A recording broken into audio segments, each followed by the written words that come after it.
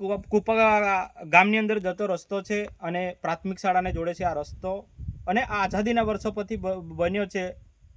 પણ આ જે રસ્તો બન્યા પછી આ જે સ્લેબ ટેન છે કે પછી નારું છે એ પણ ખબર નથી, અને એમાં લાખો રૂપિયા વાપરી નાખ્યા છે. અને 2 મહિના અગાઉ જ આ રસ્તો અને આ નાડું બનેલું હતું. પણ આ ભારતીય જનતા પાર્ટીના જે પાપના કારણે, એના મળતિયાઓને કારણે આ જે હલકી કક્ષાનું કામ વાપરીને એને જે કોન્ટ્રાક્ટરને જે એક દલાલી કરીને પછી એમને કરાવાયું છે એમના મારફતે, પણ હદ થઈ ગઈ છે હવે ભારતીય જનતા પાર્ટીની. આઝાદીના વર્ષો પછી રસ્તા બને છે તો કમસે કમ થોડી ધ્યાન આપો, વ્યવસ્થિત બનાવો.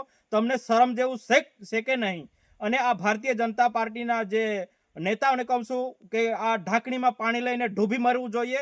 થોડી તો હદ હોવું જોઈએ. થોડી શરમ કરો તમે. તમને શરમ જેવું છે કે નહીં? થોડી વ્યવસ્થિત કામ કરો ને તમે. તમને કમ ના પાડે છે. એક પણ સળિયો નથી આ દિવાલ જે બનાવી મૂકી છે એમાં. આ ભારતીય જનતા પાર્ટીનો આ જે વિકાસ છે, આને જ કહેવાય છે વિકાસ. વિકાસ કઈ છે? વિકાસ આને જ સમજે છે. ખરેખર થોડ પર આવીને પછી જોવે તો ખબર પડે કે વિકાસ છે કે વિનાશ છે. મારું નામ છે ડુંગરાબીલ પિન્ટુભાઈ.